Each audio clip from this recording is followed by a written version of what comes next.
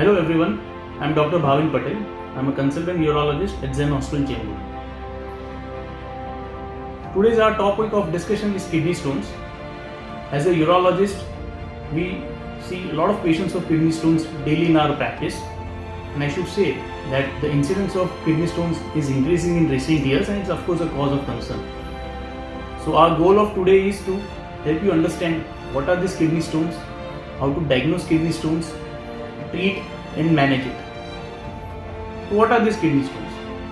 As we are all aware, kidneys are a pair of organs which are situated in the abdomen, and each kidney is the size of our fist. The main job of kidney is to remove the waste products from our blood. Whenever the blood is filtered through these kidneys, the urine is produced, which passes down the two tubes which are called as ureters, and from there it passes into the urinary bladder, which is also called as urine bag.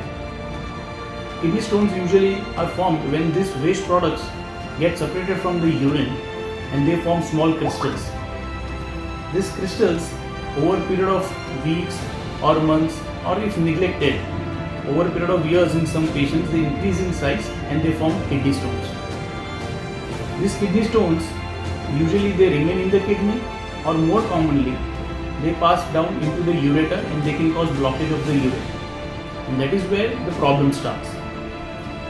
As we are aware that calcium oxalate are the most common type of stones which contribute around 80% of such stones, and they are formed in this way. Now what are the risk factors? There are few individuals who are at high risk for developing these kidney stones.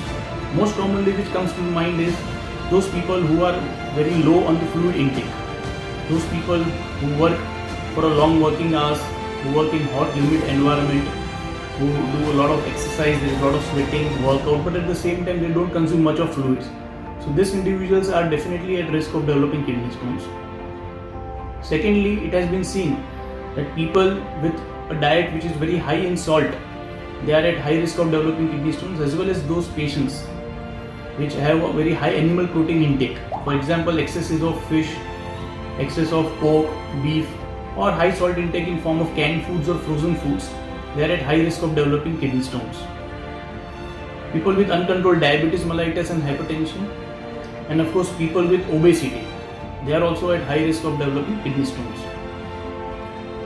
Coming to family history, it has been seen that there is some genetic link to these kidney stones, and hence there are members in the family who are prone to develop these kidney stones if their parents has a history of kidney stones in past or present.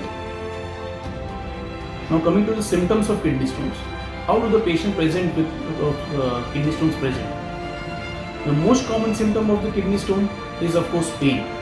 This pain, I should say, is a very severe and most excruciating pain as the stone passes down into the ureter and blocks the urine.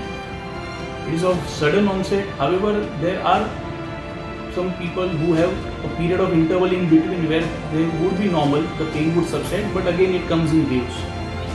If you ask any patient who has a history of stone in the past, they will definitely attribute this pain as the most excruciating time of pain they have ever felt.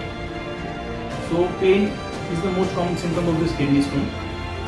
In many patients, they are usually associated with either vomiting or nausea. Some patients of kidney stone, they may complain of even passing blood in the urine. Some may complain of burning sensation while urinating. If the kidney stones are large enough and they block the ureter or the kidney completely, this urine which is blocked gets infected, and such patient usually presents with fever. I should say at this time that such patients are a priority and an emergency, and they should definitely consult a urologist immediately. They should not waste time, because it has been seen that over long term such kidneys can get damaged. So this was the symptomatology, how the patient presents with the kidney stones. Now whenever a patient presents a kidney stone to an emergency department or to a urologist, the first thing we as a urologist do is to ascertain and come to a diagnosis for a kidney stone. So we perform some tests. The most commonly test which is done is usually the ultrasonography or the sonography of kidney, ureter and bladder. This will detect stones in majority of the patients. Depending on the clinical situations, however, a CT scan or X-rays are advised as per the need, so that they can better classify and better detect the size and the location of the stones. Urine test is done and some few blood tests are done to know if there is any associated infection or if there is any associated affection of the kidneys. Once the diagnosis of kidney stones is done, depending on the size, the symptom of the patient and the location of the stones, the patient is subjected to the treatment. As we are aware, that usually stones which are lesser than 5 mm in size, they usually pass off spontaneously in the urine. So such patients are put on observation. During observation, we usually prescribe pain medications either orally or maybe intravenously or intramuscular injections are given, and such patients are being followed up. Majority of the patients with medications, they usually pass the stone, and at the same time some medications are given even to help to propagate the stone distally into the ureter. However, if the patient does not improve with the medication, if the pain worsens, or if it is associated with continuous vomiting or fever or infection, such patients ideally should be admitted and then subjected to surgical treatment. We at Department of Urology in Zen, we are well equipped with the best innovative technology, including lasers for treatment of all type of kidney stones. For small kidney stones, we usually do non-invasive treatment which is called as shock wave lithotripsy or ESWL. This extracorporeal shock wave lithotripsy is nothing but the ultrasonic waves which are targeted and focused on the patient's kidney, and usually after the treatment the stone gets fragmented and passes into the urine over a period of few days. The usually patient is discharged on the same day, no admission is required. If the stones they get stuck up in the ureter, then most commonly what we do is ureteroscopy with laser lithotripsy. We at Zen Hospital have the best of the Holmium lasers which we use to fragment the stones and make it into small fragments or powder. This lithotripsy, laser lithotripsy is a very safe procedure. Usually a small type of anesthesia is required, and usually the patient can be discharged on the same day or on the other day. It is also been seen that it is safe in pregnant females who usually present with urinary stones in the later stages. So this laser is even safe in those patients. If there are large stones which are stuck up in the kidney, then what we usually do is something called as PCNL, that is percutaneous nephrolithotomy. Again, this is a minimally invasive treatment where a small scope a nephroscope is used, and through that laser is again used to powder this stones into the fragments. No stitches applied to the body. Usually the recovery is very fast, and in a day or two usually the patients are discharged.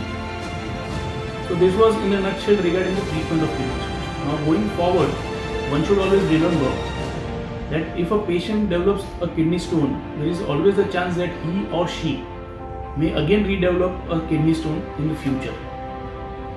So there are few precautions which are to be taken for patients to prevent recurrence of the stone formation. Most importantly, such patients should always be under regular follow-up with the urologist. They should regularly get checked their urine test done, and periodically X-rays or sonography should be done to detect if at all any recurrence, so small stones can be managed by medicines itself. At the same time, the people should alter their diet habits. There are a lot of modifications in the diet. The most important being the fluid intervention. Patients who are prone to kidney stones should be always on the plus side of fluids. They should increase their fluid intake, particularly when they are working in hot humid temperature, while exercising, while doing workout. Whenever there is a lot of sweating, their fluid intake should increase proportionately. At the same time, salt intake should be reduced in their diet. They should also reduce some animal protein intake if at all they are consuming large excess quantities. As I previously mentioned, canned foods, frozen foods, excesses of fish, all this should be cut down. At the same time, they should also include a lot of fruits in their diet, particularly citrus fruits which are rich in vitamin C. Now, coming to the metabolic conditions like diabetes and obesity, which are also contributing factors, so they should manage their diabetes properly. At the same time, they should help to reduce the obesity, and they should do regular exercises. So this was regarding the kidney stones. I hope this will help you to better understand regarding the kidney stones.